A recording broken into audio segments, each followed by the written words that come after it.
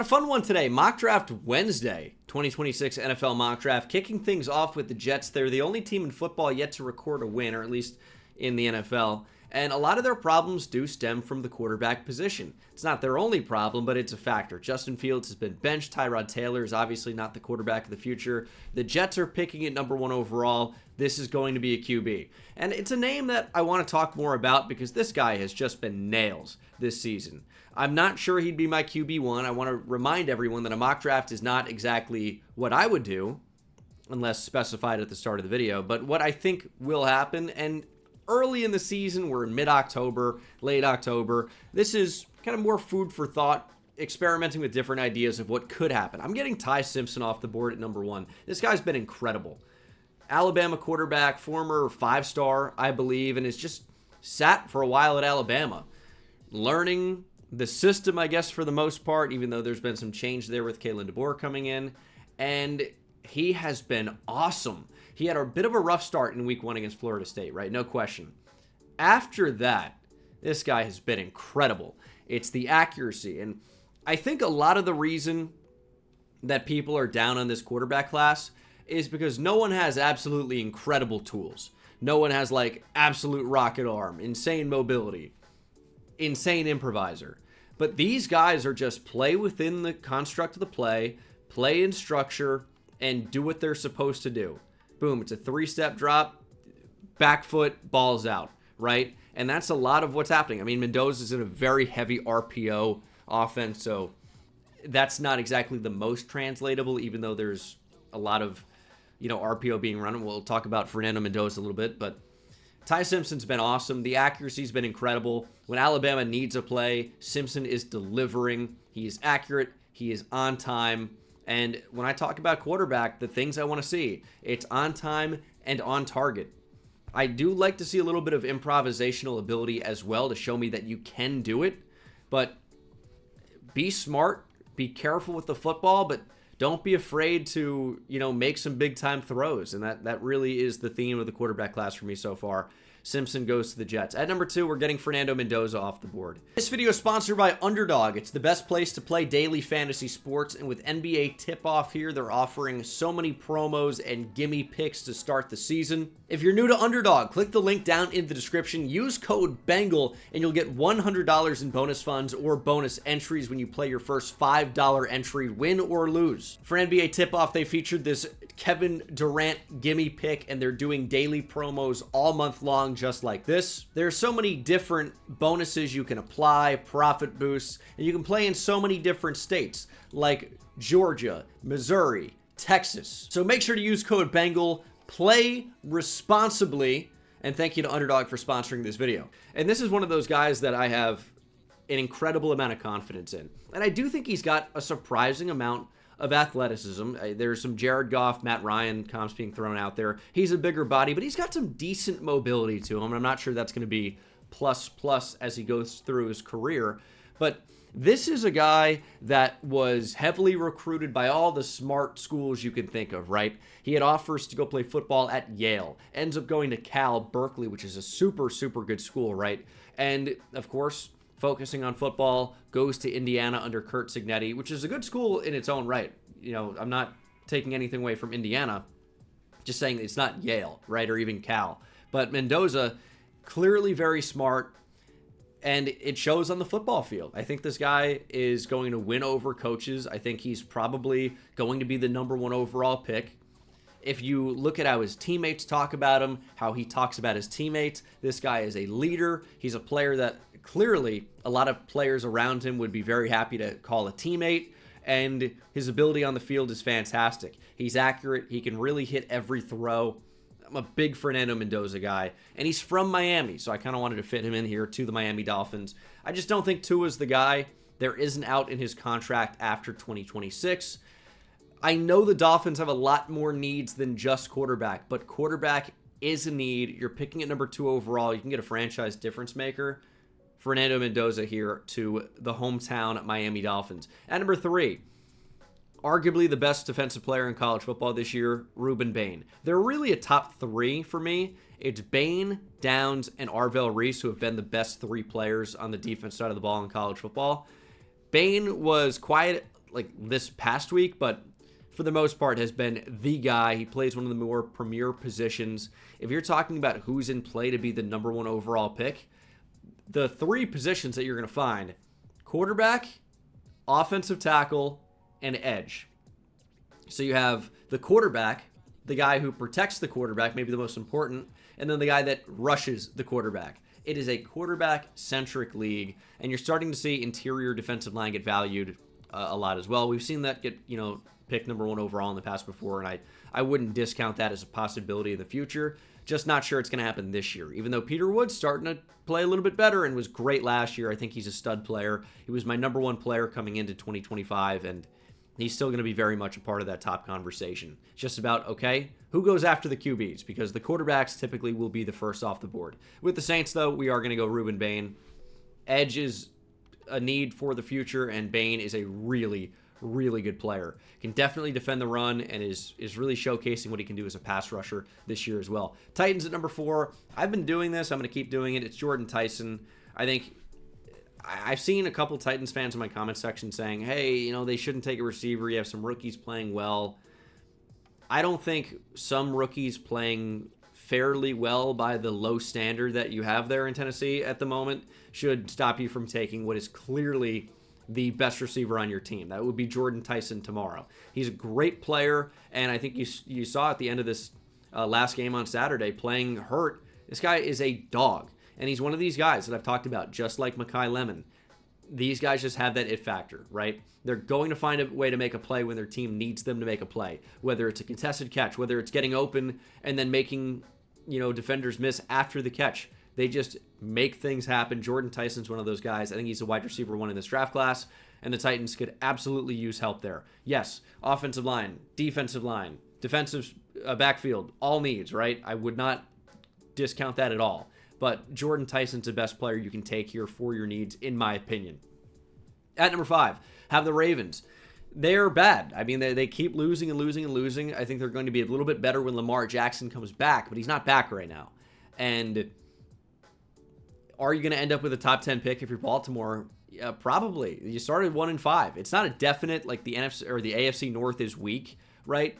I think that there's a chance the Ravens can come back and actually make a push to win that division because the Browns are really, really bad. The Steelers are not great, but their record says they're quite good right now. And I know Bill Parcells says you are what your record says you are, but we've seen it with the Steelers before. They're playing well and they're, not winning some of the games it looks like they should be winning. This team is about a middle of the pack team, in my opinion.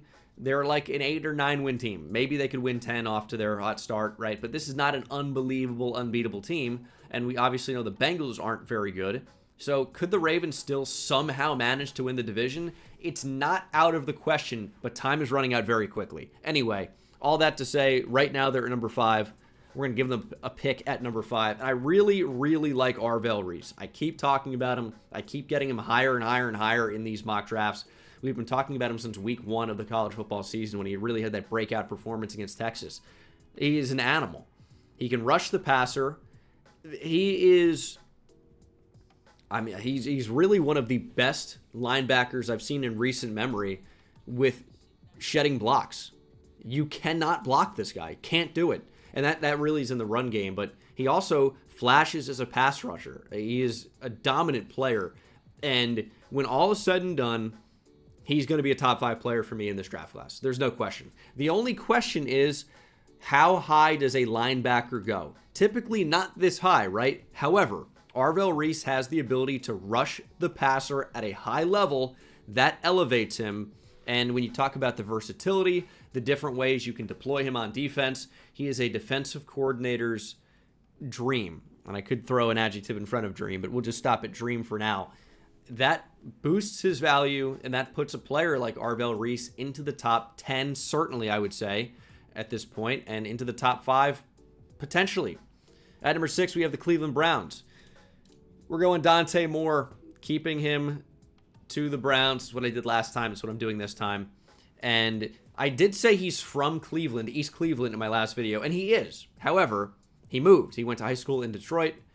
That is true. I forgot about that after the recruiting cycle. But Dante Moore was born in East Cleveland, so this is a return home in a way.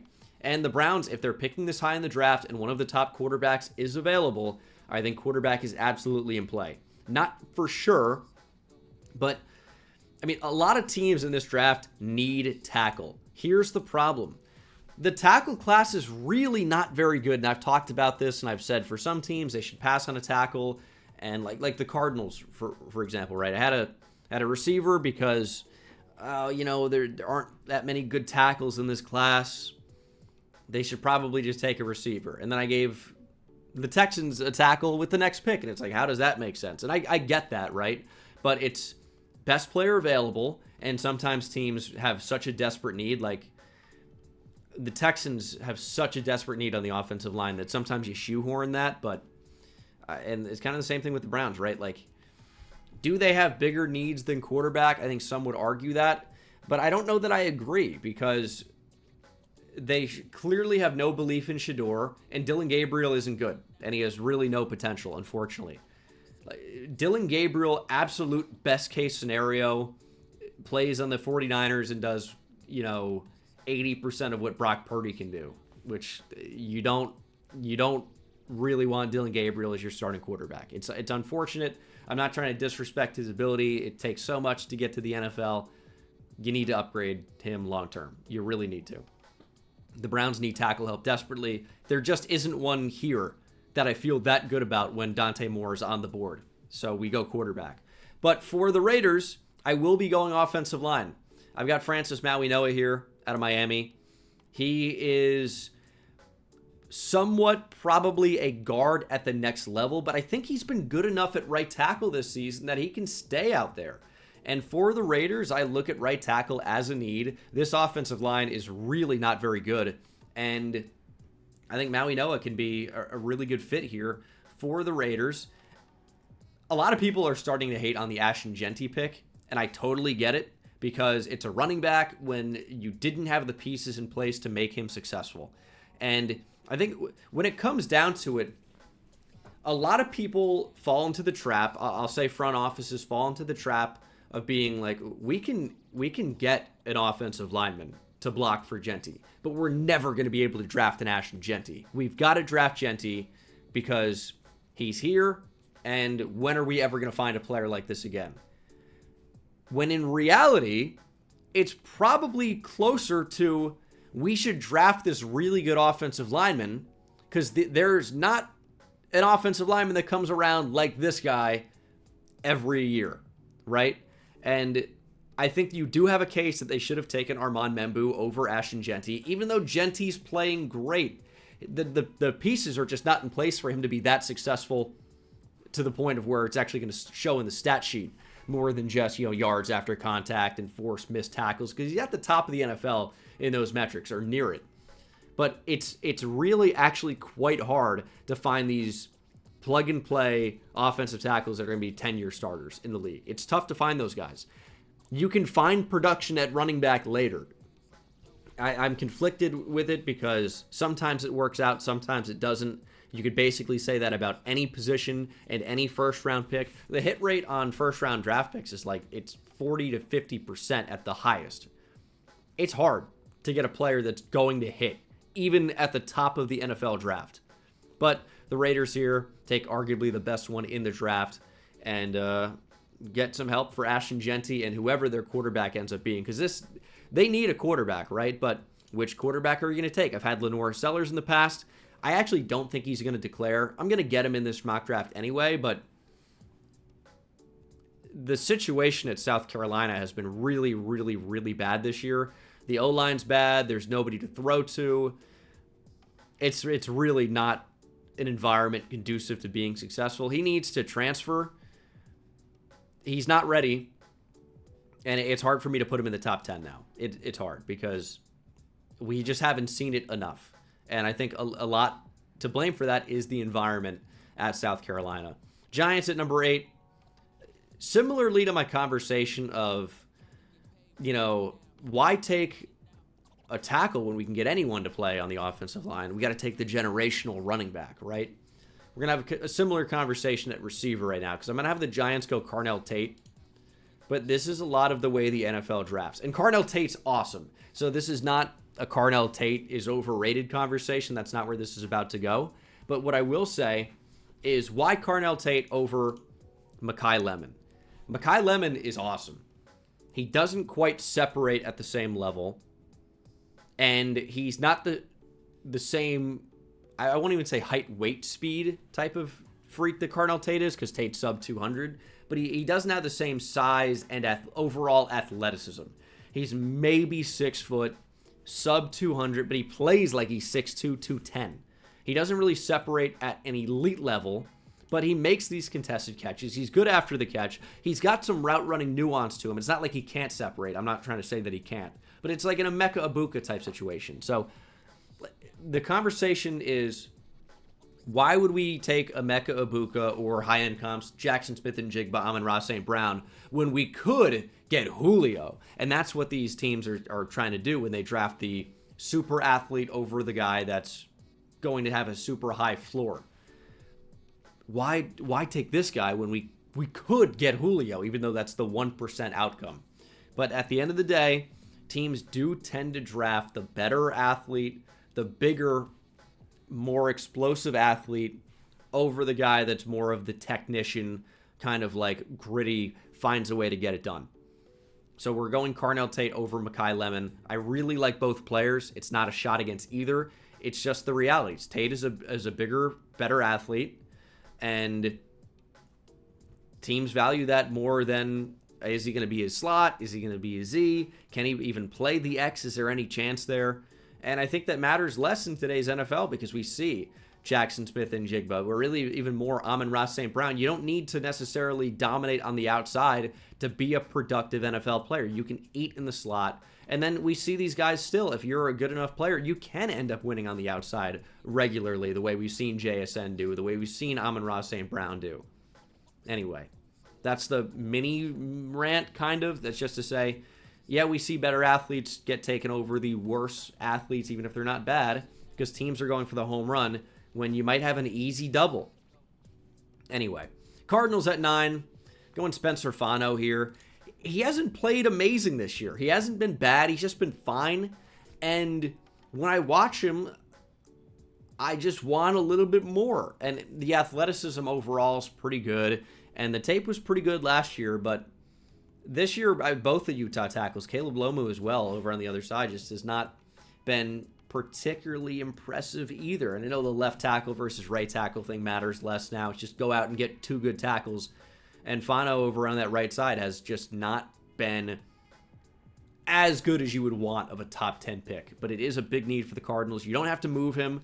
And that's a big thing, because do you feel comfortable moving a tackle over to the other side? Do you want Caden Proctor to go, hey, learn right tackle? We saw what happened with Evan Neal in the NFL. It didn't work. And that's the case for some of these guys. Some can do it, some can't. So Fano here gets to stay at right tackle, which is what his natural position, I guess, is. And the Cardinals could use receiver here. Like, I like the idea of Mekhi Lemon, but I think Fano's also in play, so we'll get him off the board there at number 9. At number 10, going Peter Woods, purely on the basis of he's too good to be available. I know they need offensive line desperately. They really do. Who are you going to take? Because the guy's not there. Like, maybe Caden Proctor, although it feels just a touch too early right now. Although, if you really need right or a tackle, I guess you'd go with him, but is he playing left tackle? Are you moving Ariante Ursary? I was calling him, was I saying Blake Mitchell the other day? Blake Miller? I screwed up his name in some way, but Blake Fisher is the tackle I was talking about. And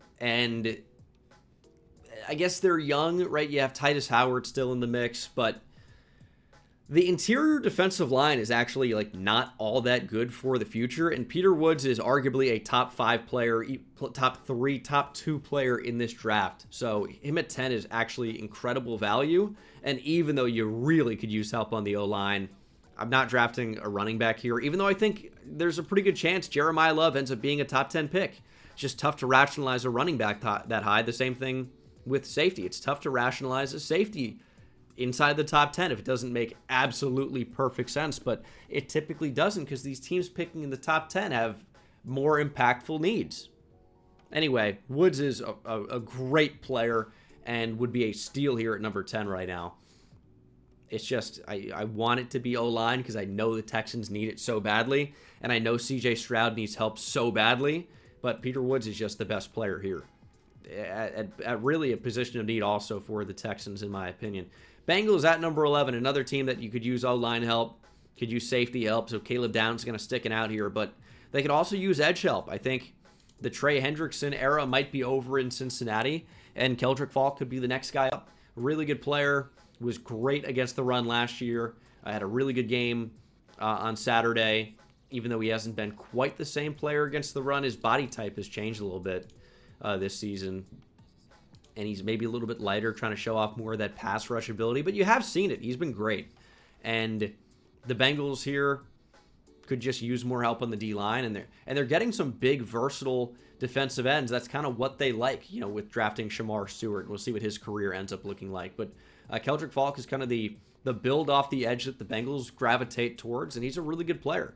At number 12, have the Washington Commanders. Give me Caleb Downs here. He's arguably the best player in this draft at not as valuable a position. And he's not like a generational talent or anything. He's a really good player, great prospect, so cerebral, reads everything so well, always knows where to be. He's a ball hawk, but he really just finds the football in general. Great player. Commanders could really use help at the back end of their secondary. So Caleb Downs, kind of a no-brainer here at 12 for Washington. At 13, got the Cowboys, got to upgrade that pass rush, and David Bailey's played great. I haven't got David Bailey into the first round in a lot of my mock drafts because I hesitate with a lot of these guys that how good are they going to be against the run, right? And David Bailey's not that great against the run. He really isn't, and he's light, right? 6'3", 250, but is he actually even playing at 250? It looks a lot closer to 240, and it's like you're going to start to get a lot of teams out of the mix that would consider you at that point. The Cowboys, both their edge rushers that start are 260 plus, like Sam Williams is 260. Dante Fowler Jr. is 260. Marshawn Nealand is, I think, well above 260. And I guess Ezraku is maybe the lighter one of the bunch, but you got to be able to set the edge and defend the run in the NFL, and I just don't know how many of these guys can do that. Like David Bailey is light. Cassius Howell has short arms and is light. Romello Height is light. R. Mason Thomas, he's another light designated pass rusher to me. So it's how high is the NFL going to draft those guys? It's not to say that I don't like these guys or they're not great pass rushers, because a lot of these guys are. Like David Bailey can really get after the quarterback. Romello Height, same deal. R. Mason Thomas, same deal. Joshua Joseph, same deal, right? But we know the NFL doesn't necessarily value those guys as high if they're not going to be three-down players. If you're a non-factor against the run, how high does an NFL team draft you? And typically it's not that high. But Bailey can really get after the QB. If you can see him developing into a three-down player, this is actually a great pick at 13 because he's got so much juice as a pass rusher. At number 14, have the Minnesota Vikings. I'm going Jeremiah Love on the basis that he might be the best offensive player in this draft. He's got so much explosiveness. He's so good at letting these blocks develop, and he's showing more patience. And I wanted to see that this year. And I wanted to see him kind of take what's there. And he's doing that. And he's ripping off explosive plays still. Monster talent. But yes, he plays running back. I think Kevin O'Connell might really value that. And especially Jeremiah Love in this run scheme would be so much fun. Are you kidding? Like, Aaron Jones is cool, but he's old, right? And Jordan Mason is fine. He's not Jeremiah Love. So sometimes you just got to pull the trigger, and if you can get the best offensive player in the draft at 14, I think you do that.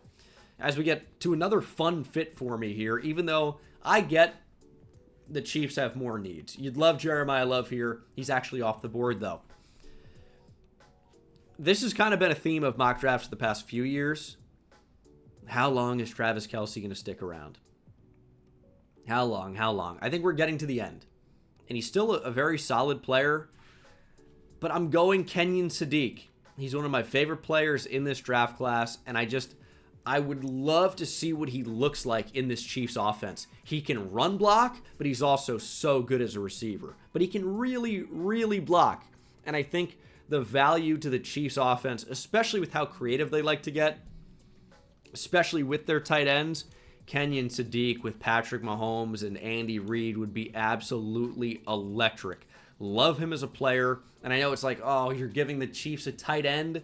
We have Jared Wiley or Noah Gray, excuse me. Like, we don't need Kenyon Sadiq, but he's a long-term upgrade, and it's such a fun fit to this offense. Let me live a little bit. Panthers at 16. Going Mansour Delane. Why a corner? J.C. Horn's been the best corner in football.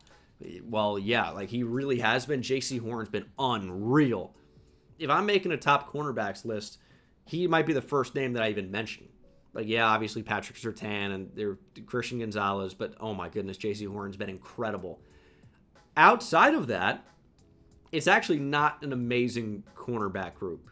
Mansour Delane is a potential starter on the outside. I think that's a fun fit there as we get to the... And defensive line is a need, wide receiver is a need, safety is a need, but Delane ends up being the pick for me there. Rams at 17, we're going back-to-back defensive backs. Give me Jermod McCoy.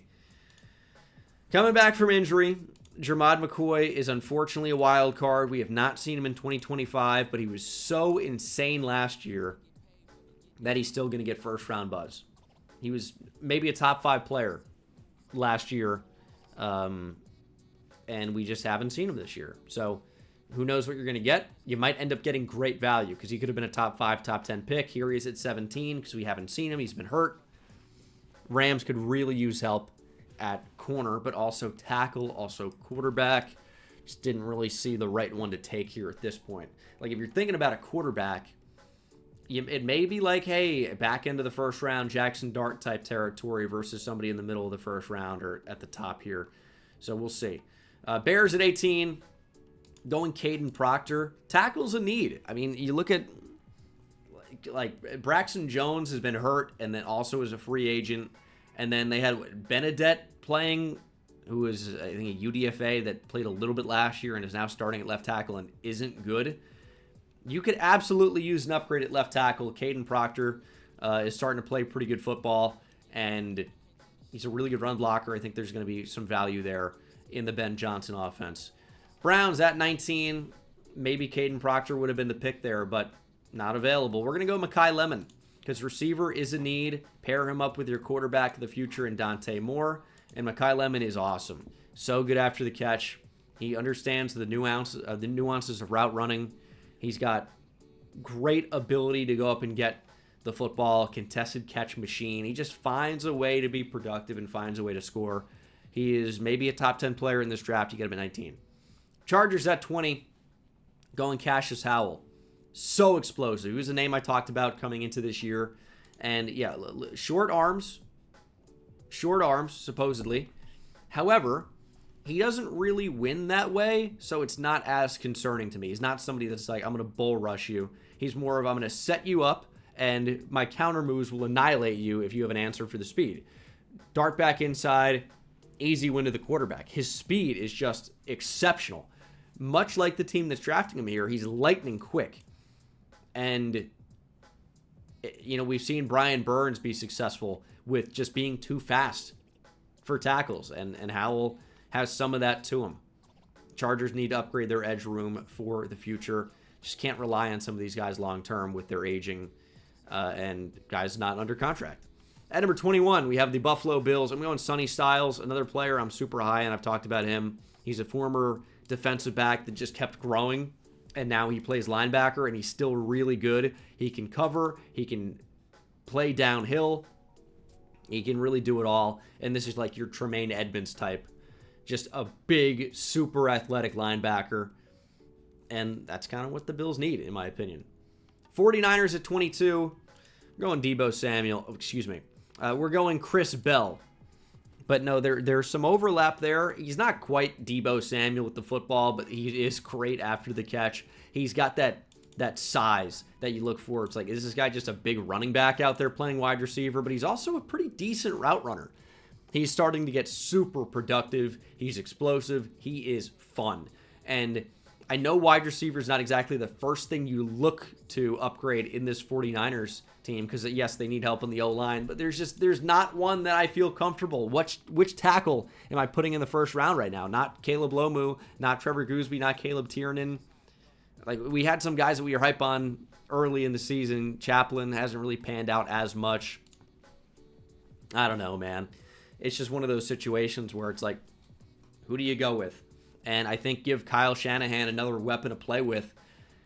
I don't know about Brandon Ayuk, but I think if you can, rock with Ricky Pearsall and upgrade on Juwan Jennings, I think Kyle Shanahan could see Chris Bell being utilized in a similar way to how Deebo Samuel was utilized. And I think there's some fun things to be done there.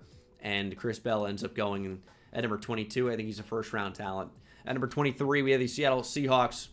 And I guess John Schneider takes guards now. You're going Venga Ioane, guard for Penn State. He's been the best true guard in the country this year. And it's still a need for Seattle. And it probably always will be. But their defense has played so great. I could see them taking a corner. I could see that. The corners aren't necessarily all they're cracked up to be. But the defense is playing at such a high level. Detroit at number 24. Go TJ Parker. He just hasn't played up to the same level this year, unfortunately. And there's concern there. Is he still a first-round talent? I think that's up for debate. I think there's a possibility, right? And that's why I have him going here at number 24. But just hasn't played up to quite that same level that we were hoping he would based off last year. Still could be a first-rounder. And Lions are a team that could absolutely look to upgrade the edge. He is a little bit bigger than a lot of the other edge rushers we talked about. He is like a true 260, and I think that will play in Detroit. They like the bigger bodied edge rushers. Your Aiden Hutchinson's obviously, but Josh Pascal as well. And I don't know if you're going to be 250 pounds and being a 3-down starter for them off the edge. I just don't think it's going to happen. Steelers at 25. I think he goes back to school or goes back to school and transfers. But until that happens, you will occasionally see Lenore Sellers get mocked in the first round for me because the Steelers do need quarterback. Who's it going to be that next year? Is it Aaron Rodgers still? He's not under contract, right? So I don't know. And even if it is Aaron Rodgers in 2026, is it Aaron Rodgers in 2027? Almost certainly not. He's into his 40s, right? You need a quarterback. And if you're going to be good in winning games, how are you going to get one? You've got to hit on one late in the first round where you're picking. Trade up, and they have some picks where they could trade up a little bit, but how much? Because if you're a team picking in the top 5 where quarterbacks are going to go, do you really want to move down to 25? How many first rounders would you need to make that happen? I don't know, man. It's tough. So Sellers is available because of the big question marks in his game this year. Again, the situation in South Carolina is just so bad. No O-line, limited receivers. It's just not very conducive to success. And individually, I still think he's had some moments where he's played great, but hasn't really done enough. So he needs another year for sure. But he's one of these guys where you could develop and find a star. But we'll see if that ends up happening. Steelers, it's just, you need a quarterback. And Lenore Sellers has the potential to be a really good quarterback. There's a path to that, but there's a long road to get there. Broncos at 26, going C.J. Allen. I think upgrading linebackers is definitely a big need here for Denver. And C.J. Allen's a really good player. He's got good size, good athleticism. He's got Mike linebacker potential here for the Broncos. And I don't know what you can expect of Dre Greenlaw. I don't. I like him a lot as a player. He is often injured. And can you rely on that? It's tough to say. Rams at 27. I'm going with a quarterback. He's played great this year. He has easy arm talent. He's got good size. He's got decent mobility. I'm going to Brendan Sorsby from Cincinnati. You know, he's someone I've been watching over the past few weeks, and even in 2024, I'm like, he's not bad. And again, it's just easy arm talent. Everything kind of seems effortless with him. First round might be a little bit rich, but the Rams are another one of these teams that could certainly use a quarterback, and you don't necessarily need to take one with your first pick at 17. You could package these picks to move up. That's a possibility. But if teams are looking to trade down, but we're not doing any trades here in October. But Sorsby is one to watch. 6'3", 235. And again, easy arm talent. He's definitely a fun player to watch. If you've seen Cincinnati play, you're okay, there might actually be something to this quarterback. And the tight end is really nice as well. Joe Royer, former Ohio State guy. A pretty good player, right? So the Cincinnati team, they're like 6-1. They're playing great, and Brendan Sorsby is a huge reason why. Is the first round a little bit rich? Yeah, maybe. But when you look at the actual ability, it's tough to discount him as a guy that could be a top 100 pick, because size, arm talent, mobility, at least a little bit, that's a guy that gets drafted fairly high at the most valuable position. At number 28, Philadelphia Eagles, going to Avion Terrell. I think they could use help in their secondary. Terrell's a little bit undersized, but has starter potential. He's a dog, feisty on the outside. That's what you want from your corners. And he could play also in the slot. At number 29, have the Patriots going Mateo Uiagalelei. It was a tough pick to make, but the Patriots are playing great football. Still don't think their roster is all that good, but Drake May is carrying. They need help on the O-line. I just don't know if you can rely on Morgan Moses for the future. It's just left tackle. I don't know if I love that either. And they just really haven't drafted all that well for the most part. So, but again, I don't know which tackle you're taking here. I'm not going with Jennings Dunker. It'd be maybe Caleb Lomu to play left tackle. That's a possibility. But we're going with the defensive player, Mateo Uiagalelei. I think he's a solid player, and I think he could help improve that pass rush. At number 30, have the Dallas Cowboys going Anthony Hill. Hill's a really solid player. They need help at linebacker. Is he going to be a first-round pick? I had this earlier, and now I'm thinking about transitioning into a defensive tackle because Amari Washington's played great this year. We know how much Dallas values interior defensive line, and I don't have him going in the first round. I think he could be a first-round player. Caden McDonald's also played great. Kristen Miller's a good player. Caleb Banks, when healthy, could be really good. Has not really been healthy all that much this year. He's only played against LSU, but he was really good in 2024. I love Anthony Hill, but you know what? Let me keep the Longhorn away from the Cowboys. I'll go Amari Washington again. I know how much Dallas values interior defensive line and stopping the run, and Amari Washington is powerful. Can definitely do that, 6'3", 330. And who's to say they don't like, one of these guys down the board, like a big citrus, Dominique Orange, 6'4", 325. He's not quite the same player that Amari Washington has proven to be so far in 2025. Bucks at 31. Maybe this is Anthony Hill. But I'm going to go Denzel Boston. This receiver class is pretty fun. And I like where these guys are going right now. Boston's your Mike Evans replacement. Unfortunately, his career might be over. He may have retired at the end of the season anyway. But not to say that, hey, this is just Mike Evans. But he's got the big body. You can just plug and play him in the Mike Evans role. And then you're good at receiver. Right now, Baker Mayfield is trying to carry like borderline practice squad players. No disrespect. Tez Johnson's been better than I expected. Great for him. But Chris Godwin is often injured. Emeka Ibuka's great, right? But Denzel Boston, I think, is a Mike Evans replacement. It would be super fun. And then we have the Colts at 32. This has been one of the best teams in football. It's like the Chiefs are finding it again, and the Colts have been great. Quarterback, is it a need? We'll have a mini conversation here because Daniel Jones has been great this year. He's been great. And I know what Colts fans are saying. Some of them are like, we got to extend this guy. And then some are saying, we've seen this story before. But this Daniel Jones, even if he is, beating up on bad teams, and even if he's a high-level game manager, he's still doing those things, right? And he had absolutely zero ability to throw any type of a deep ball with the Giants, but he has an ability to do it this year all of a sudden.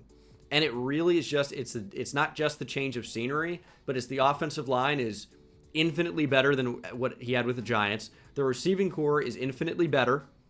Now, is Malik Neighbors better than any one of their receivers, even though it was just 1 year? Yeah, of course. Neighbors is better than Josh Downs, Michael Pittman, Alec Pierce, Adonai Mitchell, whatever, right? For sure is. However, the collective is so much better than what the Giants have had. And Daniel Jones is a good athlete. The arm talent is not anything spectacular, but he's played great this year. And I think he's earned one of those Baker Mayfield, Sam Darnold type of, Geno Smith type of contracts. And you got to see what you have. Don't tie yourself down for 4 or 5 years, but hey, 3 years, even 4 years with like kind of an opt-out to make it really a 2 or 3 year deal, I think that's fine. But what do you do? This is a great team. Corner, huge need. We're going to get Keith Abney in the first round. And there are some good corners still available. I like the cornerback class. Keith Abney's a really fun player. Will Lee is good. Colton Hood I like. Chandler Rivers has played well. Kind of like he's probably a future slot. But he's a good player for sure. A fun class. And even everyone's going to ask, maybe not everyone, but people familiar with Indiana will ask, what about D'Angelo Pons? Yeah, another great slot option. He's just, no team's going to draft him to be an outside corner. And Noah Igbenogany's not going to go in the first round if they did it again. You know, slot corners don't go in the first round. They just typically don't. But if you can play safety, if you're Brian Branch, you probably should be a first-round pick. But you've got to be like a generational slot prospect to be in that spot. I think Brian Branch was, but he went at like 45. Anyway, for the Colts, Will Lee, I think, is a good fit. We're going to go Keith Abney. He's played great this year. He's a good player. And that is the 2026 NFL mock draft for October 22nd. Thank you so much for watching. Hope you enjoyed. Hit that subscribe button if you're not subscribed already, and I'll see you in the next one. Take it easy.